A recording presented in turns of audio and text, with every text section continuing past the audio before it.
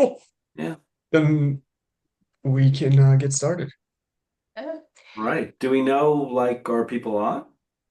We are live. We are live. Live. Woohoo. Thanks, everyone.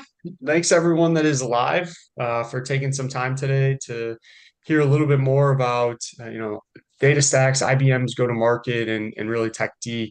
As a quick introduction, my name is Brian Searing. I'm with Technology Dynamics. We're an IBM partner that focuses on reselling and implementing IBM's data solutions. DataStax is a big part of our go-to-market, just where it fits into the overall portfolio and how it aligns with a lot of where our customers are trying to go. So today we are going to kind of focus on that, double click on the technology, how does it fit, answer any questions, and kind of go from there.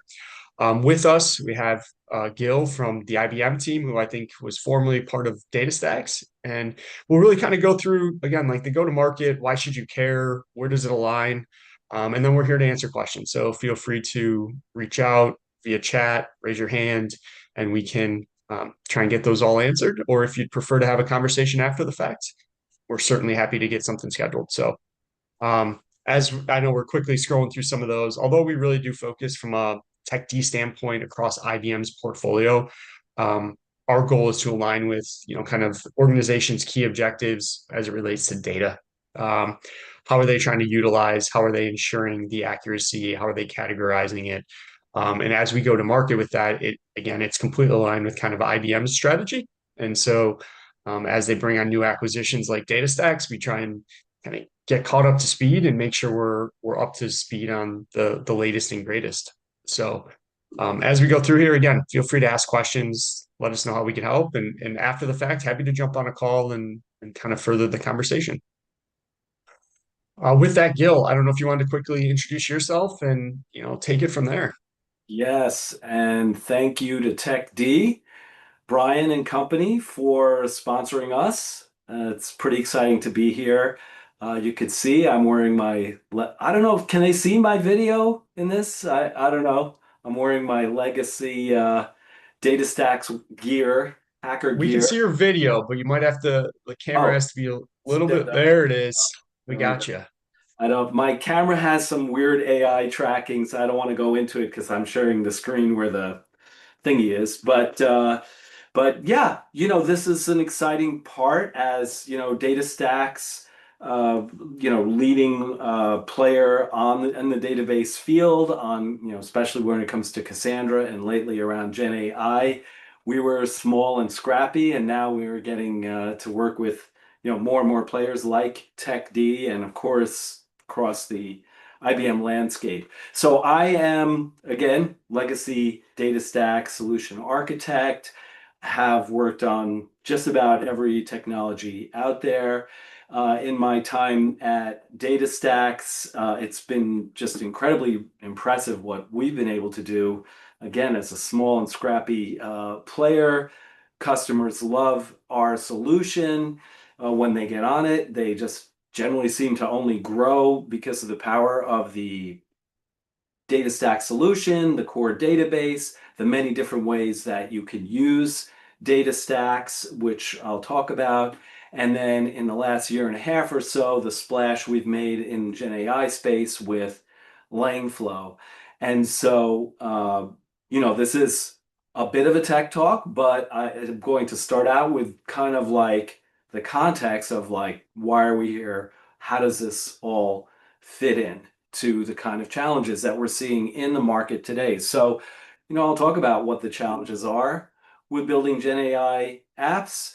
Uh, Again, the difference that DataStax is bringing to the table here is Astra database, which is our platform as a service Cassandra, plus Langflow, which is easy drag and drop product and open source framework for building Gen AI apps. A little bit about customer successes, and then we'll go right into a demo and you'll see all of this in action. So this is really the landscape that we're seeing, and you could see, we're quoting a few thought leaders here with this slide. Everybody is experimenting. There is a lot of experimentation going on, and that's really great. I mean, it's really opening up people's eyes. It's kind of blowing people's minds. as far as what can be done. And there are pilot projects that are being started and really kind of getting everybody's expectations there. The challenge, though, is how many of these can really scale to production. I mean, some of these are really fun kind of toy projects, not to minimize the work that's being done, but to really get them to enterprise strength for them to really work at an enterprise scale, to be compliant with the regulatory limitations, and really be secure is something that is really a gating factor for projects in order to get to production. And, the sort of like TLDR on this, we certainly are seeing with our customers for them to get to production, these have been differentiators. Having a cloud scale Cassandra compliant database where you can very easily put your data and it's secure and you can scale is a differentiator for people.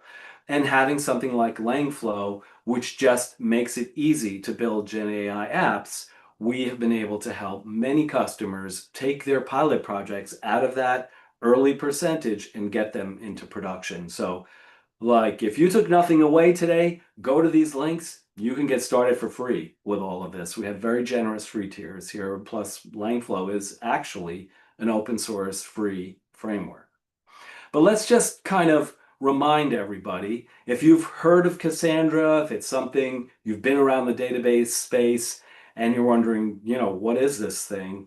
This is just kind of a reminder to everybody. You may or may not know this, that everything you do in today's internet scale world probably comes back to a Cassandra database in some way. And this, what I'm showing here, this is not DataStax customers. This is large internet scale businesses who have taken an open source framework and run it at a massive global scale.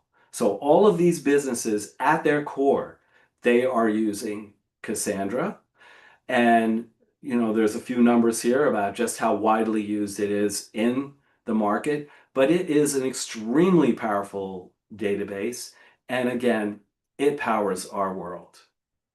Hey Now, Gil, and would you still yes, define DataStax as an open source company? absolutely. Great question. Thank you. So we started when Cassandra started. So a little bit of internet history. Facebook actually created Cassandra to support their business model. And we very quickly saw that as something that people were responding to, but they needed enterprise support. So we built our initial business, which is a business based on taking Cassandra, packaging it, and running it in your data center or in your cloud. And we were actually a bunch of initial committers in the Apache Cassandra project, and we commercialize it into certified bundles, and we provided much more quickly provided critical vulnerability fixes, and the business kind of grew from there. So absolutely, and in fact, you may have seen recently we just relaunched the New York Apache Cassandra user group, and you're going to see more of these around the country. And on the West Coast, I think it's either Netflix or Uber sponsors the West Coast one, but as part of kind of a new thing in IBM, we piloted the Apache Cassandra one in New York, and also Langflow is open source. And I'll just also say something that's been interesting to me since the acquisition. IBM really is an open source company. Like if you look at Red Hat and if you look at HashiCorp, all of these are very strong open source initiatives. And I will actually end this up with a little promo for something we're doing on Monday in New York, which is a hands-on open source Gen AI event. So thank you. Great question. And this also talks to that because our platform as a service, database platform as a service, which can be deployed, same exact product in either AWS, Google Compute, or Azure Cloud, we run a cloud on the scale of some of those other providers. So we actually are dependent on open source for our platform as a service. And you can see, again, here some numbers, and this is actually end of last year. I know these numbers are even bigger since then. So we're very much all about open source and scaling open source. And the other thing about Cassandra, one of the things that got us a lot of attention is we helped innovate to create the vector capability in Cassandra. But we differentiate in that when you buy DataStax, in the box, you get a database that not only does vector, but it does core Cassandra, CQL, which is the query language for Cassandra and the API. It's also a document database, and it's also a graph database. So Forrester has noted us for that. We are the leaders as far as a hybrid NoSQL vector database. And you need to think about this whole thing of what makes your GenAI project successful. Very often people are really focused on, well, I just need a vector database, but the very next thing they need is some other kind of database, and we provide all of these capabilities. So for the same dollar you're spending to get your vector database, you will also get all of these other capabilities.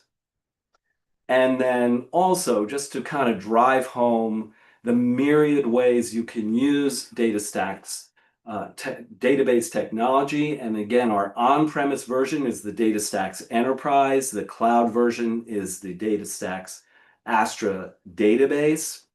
The newest on-premise version is something called the Hyperconverged Database, HCD, which runs in a Kubernetes cluster, runs in a Redshift, OpenShift cluster. And it supports all of these APIs. And so really wherever you need to run this NoSQL database and whatever type of API you need to support your database workload, we will support it on-premise or across the cloud. Now, we have just been bought by IBM, so that happened in the middle of this year, that deal finalized.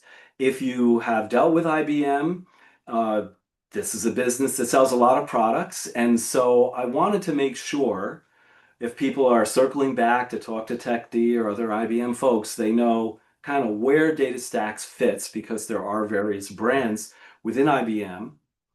So we sit within the watsonx data brand.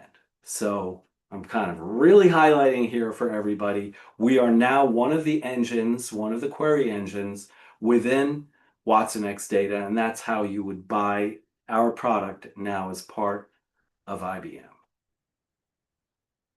So let me just talk about a couple of DataStax Astra customers. You're seeing here Digital River. So Digital River migrated their on-premises Cassandra to Astra database. And what you're seeing here, and this is typically what we see when people move off of on-premises deployments into Astra, is their savings are dramatic. And there's a few things that go into this. Some of it is operational, but a lot of it has to do with just a much more optimal infrastructure model and moving to the cloud-based model, not having to pre-provision things, really only running kind of what you need at any given time, being able to scale up either on demand or in a managed way to meet your increased business needs. And so here's an example of a customer that realized 60% reduction in their total cost of ownership. This is a great example that just talks about the scale and the level to which that Astra can really integrate in with diverse environments. And you could see a fairly involved flow diagram here. You know, this is if we wanted to have a whole architecture discussion, but the point here being Astra really fitting in with a very diverse set of enterprise architecture in order to support this educational app, which connects academics with their students. The traffic as they roll this app out increased 50 times, 2 million students, 6 million daily active users, and they had zero downtime. So again, speaking to the scale and the ability to really support a very large, diverse customer and enterprise infrastructure base. So let's start talking a little bit about Langflow. So, and actually, I just did a big, no pun intended, data dump on everybody. Let me just take like a quick pause. Are there other questions, Brian? Not currently. I've been trying to monitor it Okay, relatively okay, closely. okay. Uh, Great. If anyone has questions, feel free to use the chat, just as another Yeah, reminder. yeah, please feel free. Any questions that come up. Okay, great. Different data. Oh, look, I can see the chat now. On the cloud, security is a huge concern. Yes. Okay. So as the DataStax Enterprise does, Astra offers a transparent data encryption. Also, the DataStax Enterprise product came out of operating in very highly regulated environments. So if you go to our trust center, you would see that we support a lot, certainly most of the major security and compliance frameworks we are compliant with that we run across the globe. And we provide our own encryption, so you can use our encryption keys, or you could bring your own key to encrypt your Astra database if you wanted to do it that way. Auto scaling. So yeah, I mean the database, it's a cloud-based database. It does auto scale. If you get a spike and the database starts to scale up, it will scale. That kind of on-demand scaling is a slightly higher cost than the kind of pre-provision scaling. We typically do not see that many customers who suddenly have a spike in their database. I mean, sure, it happens, but it is unusual. Typically, like we work with retail customers, like right around this type of time of year to pre-provision their capacity for a specific period of time. And we work with them to really, another one is the accounting businesses. There are some businesses like that where we work with them to scale up around tax time. And so we provision in advance of that period, they kind of ramp up to what they've scaled to, and then when that period is over, they ramp down. And again, you can get pretty granular with exactly the capacity you need and when you need it. And so we have kind of both of those models. Um, so, yeah, real world scenarios. Well, again, a lot of it has to do with scalability and global reach, needing systems that don't go down, that will be available even if you lose like a data center or something like that. In fact, there's some anecdotal evidence that during Amazon's last big outage, and I'm not picking on Amazon, every cloud has its outage, but some of these large players who I showed early, because they were running Cassandra in a global way and it supports a multi-data center deployment, it's focused on being up. So if you lose one part of your deployment, it will still run and it'll serve customer requests. And again, it's really all about something that scales, needing something that scales and has maximum uptime. So yes, good questions. Thank you. So yeah, let's talk about Langflow a little bit. So Langflow is an open source graphical drag and drop interface. There's a whole community around Langflow. It's based on a code framework called LangChain, and it allows you to rapidly iterate, to just work in a drag and drop mode. Every one of the widgets in Langflow is actually a code widget, so you can drop into code if you want to. You could create a custom widget that you then drag on with LangChain and Python code. Um, and it really provides kind of pre-built ways to integrate with all of the different things that you need to coordinate when you're building a GenAI application. And well, here's just a little taste. I'll show a little bit of this in the tool as well. But when you're building a GenAI app, you have a lot of things you need to orchestrate. And so Langflow helps you do that. Just quickly talk about a customer who has built their business on Langflow. This is super interesting. They have a product called Athena. It's kind of like a assistant that knows everything within your enterprise. So it's intelligent about all of the knowledge that you have within your internal systems. And you basically invite it to meetings, you can give it tasks, and it will go out into your intranet essentially and get you the information in, say, Agentic based workflows. And these guys actually came out of the defense industry, and so they know how to work, and some of their initial customers were required extreme government compliance. And you can see this quote here from Brendan Giles. And again, I mentioned our event November 10th. He will be at this event. That it completely transformed the way they worked. So they would take Langflow to their customers and they would start to build these flows, and they could give Langflow, and the customer could build some initial flows, and they went from POC to production in 2 weeks. So really quite a dramatic result, and it's enabled their business to move extremely fast. And just a little bit at the bottom that, we do have subject matter experts in building GenAI apps. And, when we have customers who are really building at this scale, we can partner with you to help advise you on the best way to go about this. So I'm just going to talk a little bit about what it really takes to build a GenAI app, and then we'll go to the demonstration. I think we had a poll we wanted to show.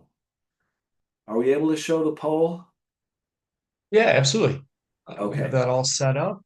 So while I'm talking, we're just kind of curious where folks are in their journey to build GenAI apps. This is a much simplified view of what you typically need to do if you want to build a corporate GenAI app based on your data. So typically you have, and I'm just going to move my mouse around here, folks can see that, you have kind of your own, would be your vector store, where you want to take your data and turn it into something that can be used in a GenAI setting.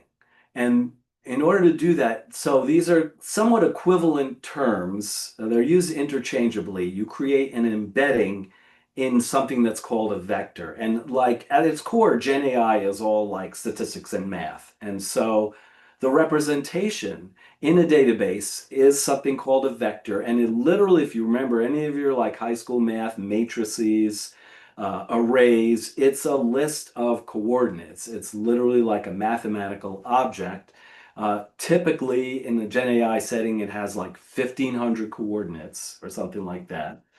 And so you first need to take your data, you need to run it through an OpenAI model, and uh, I'm just noticing it's funny.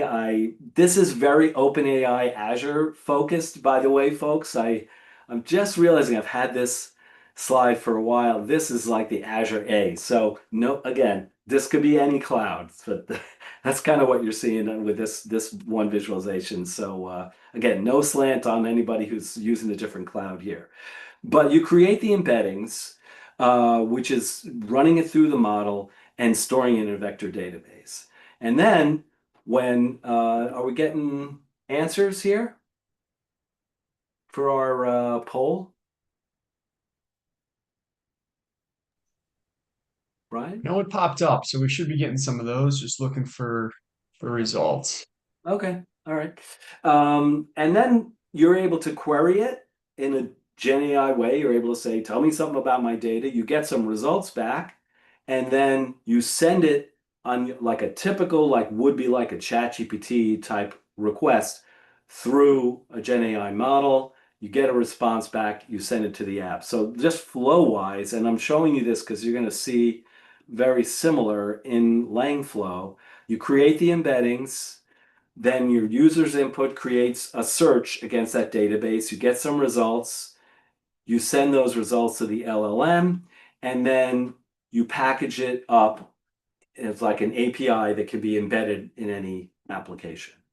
So Langflow really helps you do all this. Let's go take a look at it. I think this And is, Gil, we oh had a yeah, couple responds. okay, The overall thought was a few within the next 6 months, okay, some within the other quarter within the okay, next year, and okay, then um, not sure yet for about 50% of the folks here. So gotcha. definitely top of mind, but you know how some of these projects go, just taking a little bit more planning and timing. Absolutely. And I mean, if you do not have a toolkit to help you manage all of this, and I know this is kind of a lot to talk through in a sort of like somewhat beginning presentation, but this is the struggle that people are having, is really orchestrating all of this. So thank you. Thanks for the insight there. Hopefully this is something people will crack open to help them move more quickly. I have a slide about agentic. I mean, agents. There's a lot of talk about agents. It's really any kind of, piece of code or something that works with the LLM that can be plugged in to do something for you. This is a great link I would suggest if people are really trying to wrap their head around agents. They read this guide. It's a really great guide that IBM put together. But I really kind of want to get to our demo. This is our like legacy DataStax picture. We last year, if you saw us at any shows, we had this purple flying rhino. So I thought that was fun to kind of include here. So I'm going to start actually with the database. I'm just going to quickly show you what it looks like when you're working with the Astra database. So this is, like any cloud portal, I actually have a database running here. We'll look at that in a second. But let me just go and create a database and just show you how easy it is. So typically, if we were creating a database on premise, I'd have to provision servers, I have to wait for the servers to start, I have to size them, I have to attach storage, on and on. If I just want to create a serverless vector database, and Astra is serverless, that's a key feature here. Let's just give it a name, the webinar DB, and I'll just say I'm deploying it into Amazon, US East, and create the database. This is going to provision everything I need. That's it. I did not have to think about how big is this thing. I can later on assign additional compute capacity if I need to this thing, but it's just going to run. And when it's finished, I'll have an endpoint here that I can access it with. And in addition, the portal gives me all kinds of code to access it. Um, this could take, 5, sometimes, a little bit more than that minutes, but in the interest of time, let's take a look at this one that I've got here. So again, the portal is telling me my endpoint. I can generate tokens here for access, and I have a monitoring portal here. This is just a super high level view of requests. There are a lot of metrics here in case you wanted to integrate this with your existing kind of metrics and monitoring solutions. It can be exported. And then I've created a key space here. You can see this key space actually has data in it. And I could navigate it, look at a different view of the data. These are actually vectors of representation of data that I brought in, which I'm going to be talking about. And I also, because this is a vector database, I have defined it with a specific AI model. This one has 768 dimensions. Again, that's those like string of number pairs, and it's using something called dot product similarity. When we do a search against a vector database, it uses a mathematical algorithm as opposed to like your typical SQL select, find me a match based on a key kind of thing. So this is the embedding model that it uses to find something. And so that's defined with the vector database. There's, a huge amount of functionality in here. I just wanted to give people a sense that, this is really a platform as a service, and you just go here, create one, you get the keys from this. There's a integrated security model in case you want to integrate this with your enterprise security, define entitlements of who can do what, etc. And this is really what we are going to base our Langflow GenAI application off of. So let's go to Langflow. I am running Langflow desktop. So I can go to langflow.org and I can just say install the desktop for Mac OS or Windows, and it creates this graphical view on program app basically on my desktop. And these are some projects I have, but I can just come in here and create a new flow. Let's just start with a blank flow so I can get you right into the canvas here. And so I have basic tools for building a flow here. So like chat input, like your basic hello world, chat output. And then I just connect them. And if I run it, and as we would expect, if I say hello webinar, it's going to come back and say hello webinar. So very simple. This is really kind of deceiving how simple it is, because I could actually deploy this. It has an API endpoint. This is the graphical component of Langflow, but behind the scenes is the actual server. When you deploy this into production, you deploy the server without the graphical piece, and it's literally serving these flows. And I have an API immediately with this thing, right? And even tells me how to access it, Python, JavaScript, curl, etc. This is just like ready to go. So if you remember to that complicated diagram I showed, the last piece is make it available as an API. You get that immediately here. Let's show you a little bit more about what's in here. So I can do agentic work. I have models that I can embed in here, all kinds of different ways I can get data, control processing. I also have, again, if you recall that slide with all those different GenAI solutions on that slide that people have to orchestrate. Well, everybody who participates in the Langflow community, which is almost anybody who wants to provide a GenAI solution, they are in here. And in fact, if we go over here to IBM, we actually have the IBM LLM is in here. Let's get rid of this line and wire this up. Okay, so now we want to talk to the whoa, what happened there? Sorry. We want to talk to the IBM LLM. So our chat input will go in and the output will come from the LLM. I'm actually running a Watson service right now. I have a Watson project set up, and I've set up environment variables which have my keys in there. And so if I do this, and we'll just select this model and run the playground, I can now say some, fun, what is your favorite webinar? Let's see what it says. And so we now are just using the Watson LLM to build our own little chat GPT here, which we could embed in the whoops, in any of our applications. So you see it's saying something fun, or you're in technology, TED Talks, HubSpot Inbound, et cetera, et cetera. Now, our challenge here today is we want to build these types of apps with our data. So for example, what does Watson know about me? Gil Isaacs, right? Tell me about Gil Isaacs. Okay.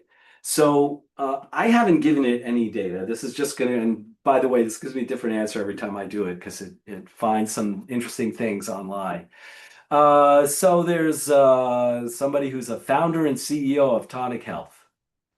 Uh, I can tell you that's different than what I did the last time, right? Which this just has to do with the way it goes out on the internet and what it finds first. And we haven't really done any kind of like refinement um, of what we really consider to be accurate using some AI techniques and ranking and things like that. Oh, I have a question.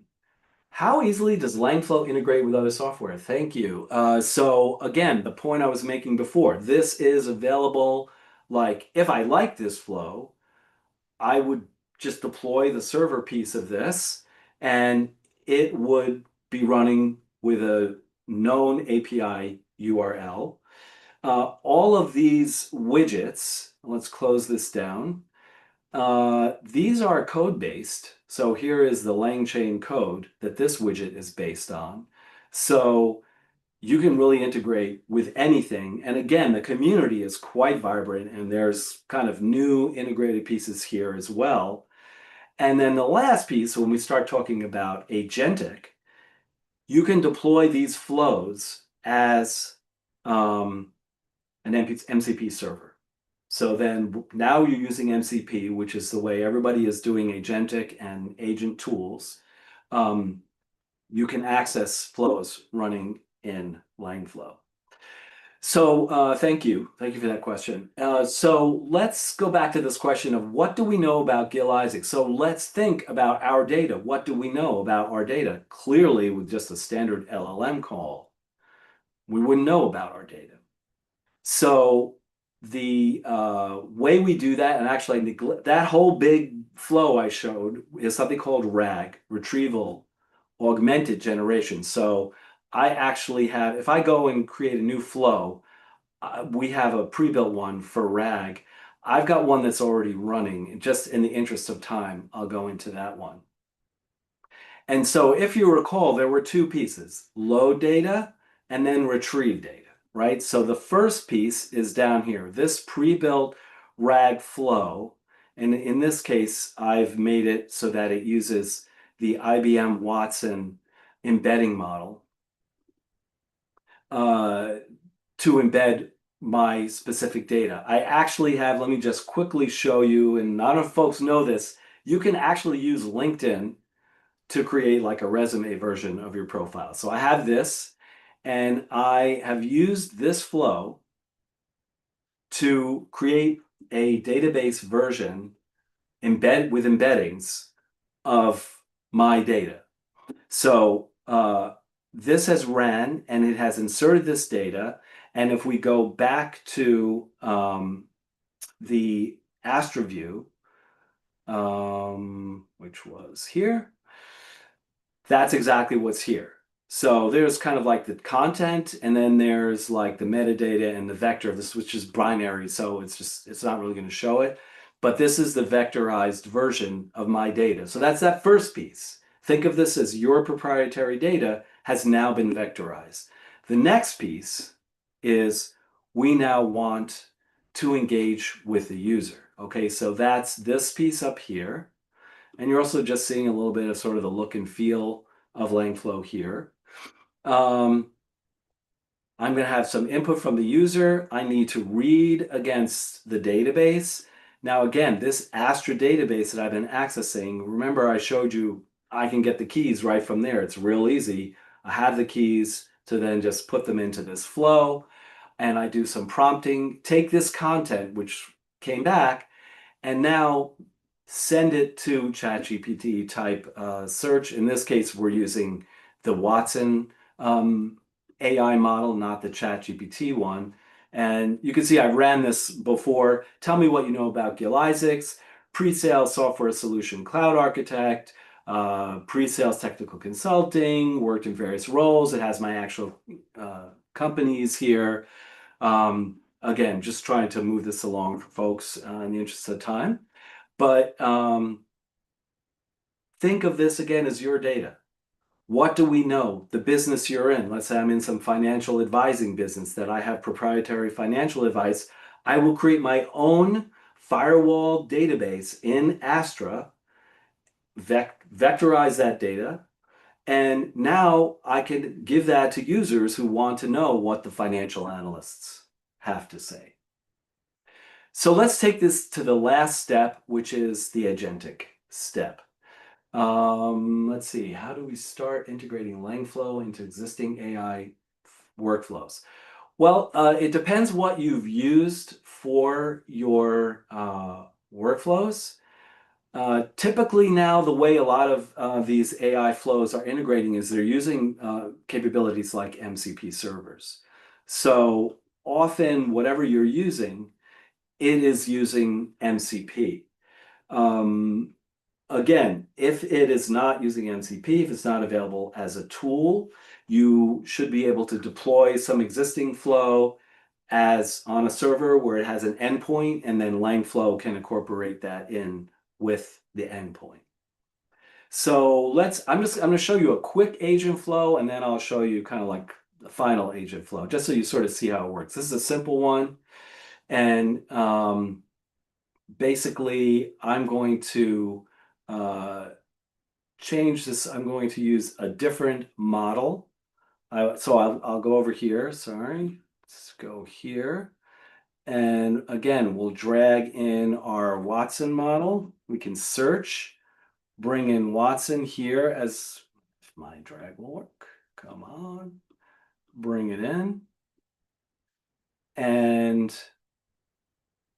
I will, that's those same parameters. You could just see how easy it is to reuse all of this once you have it set up. My project ID, my API key. In this case, I just want to use the language model. I'm not going to use, because the agent is going to call it for its language model.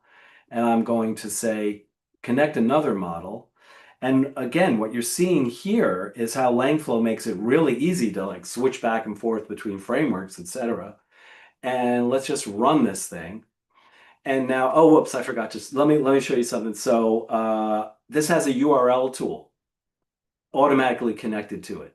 I have a weather site, and yesterday, it was really windy in New Jersey. So here's the URL for the wind. And I will go here to my chat and I'll say, tell me what I can expect from the wind based on this URL. And what you're going to see here is that the agentic flow, oh, what happened? It does not like my deployment. This is what happens when you do a live demo. Oh, I did not select a model. Helps if I tell it what model to use. Okay, we'll just save this guy.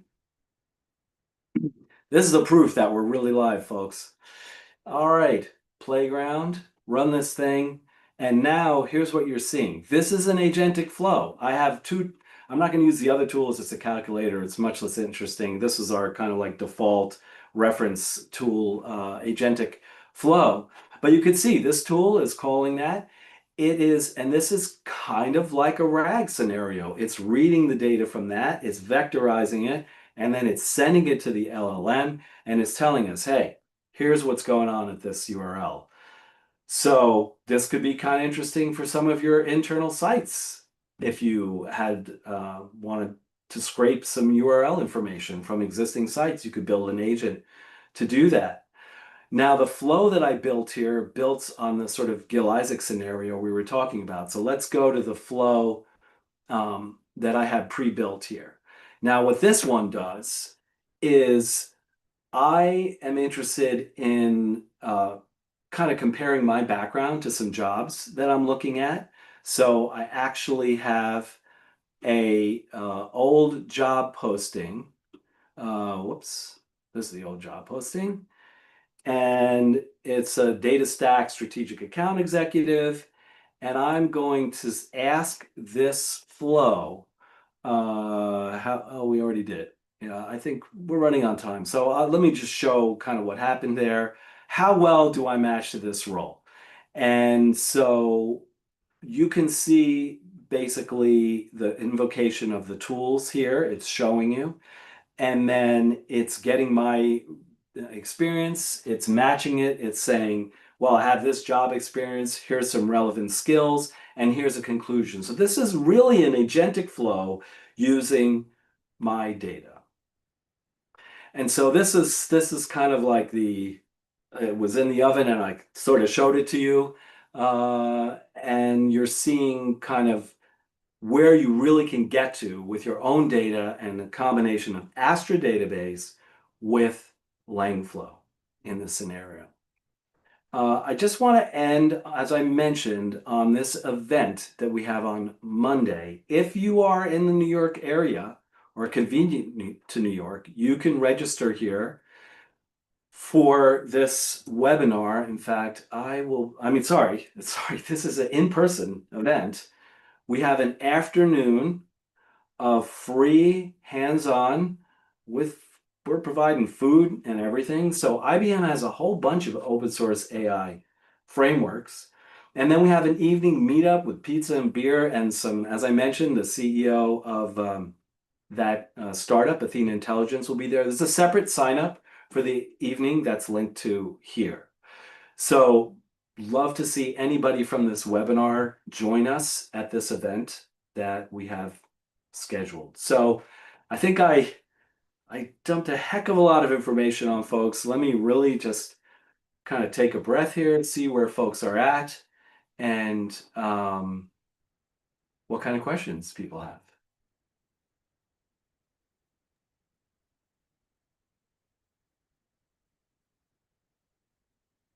Yo, great job. Thanks for walking through all of that. It was certainly helpful. Great. You can see how excited you are about where DataStax is going, where it fits into the IBM portfolio, and really the overall like agentic experience that it's continues to provide and enhance. So thanks. I Mhm. think um, definitely learned a lot and looking forward to continuing to have these types of conversations. Are there any other questions from the group, as we got someone like Gil on the call here to answer those?